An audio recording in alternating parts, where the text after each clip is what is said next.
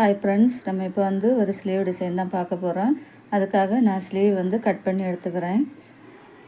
Sleeve cut பண்ணி எடுத்ததுக்கப்புறமா இந்த மாதிரி சென்டரில் ஒரு லைன் போட்டு வச்சுக்கோங்க.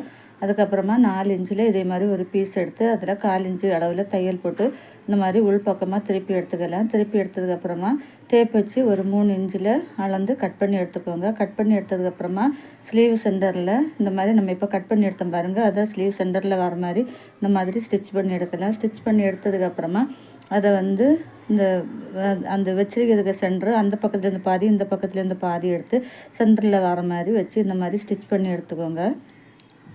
ஸ்டிச் பண்ணி எடுத்ததுக்கப்புறமா உள் பக்கமாக திருப்பி 1/4 இன்ச்சு அளவில் தையல் போட்டு எடுத்துக்கலாம்.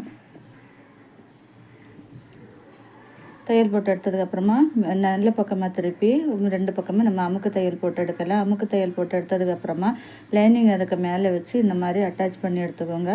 லைனிங் அட்டாச் பண்ணி எடுத்ததுக்கப்புறமா அதில் இருக்கிற எக்ஸஸ் இருக்க பீஸை எல்லாம் கட் பண்ணிவிட்டு ஒரு 2 இன்ச்சில் ஒரு பீஸை கட் பண்ணி எடுத்துக்கோங்க. அதை உள் பக்கமாக வச்சு இந்த மாதிரி 1/4 இன்ச்சு அளவில் ஒரு தையல் போட்டு எடுத்துக்கலாம். தையல் போட்டு எடுத்ததுக்கப்புறமா நம்ம இந்த மாதிரி லேஸை அந்த தையல் போட்டுற பாருங்கள், அதில் வச்சு ஸ்டிச் பண்ணிவிட்டு அந்த 2 இன்ச்சுக்கு நம்ம வச்சு ஸ்டிச் பண்ண பாருங்கள், அதில் அதை இந்த மாதிரி ஃபோல்டு பண்ணி ஸ்டிச் பண்ணி எடுக்கலாம்.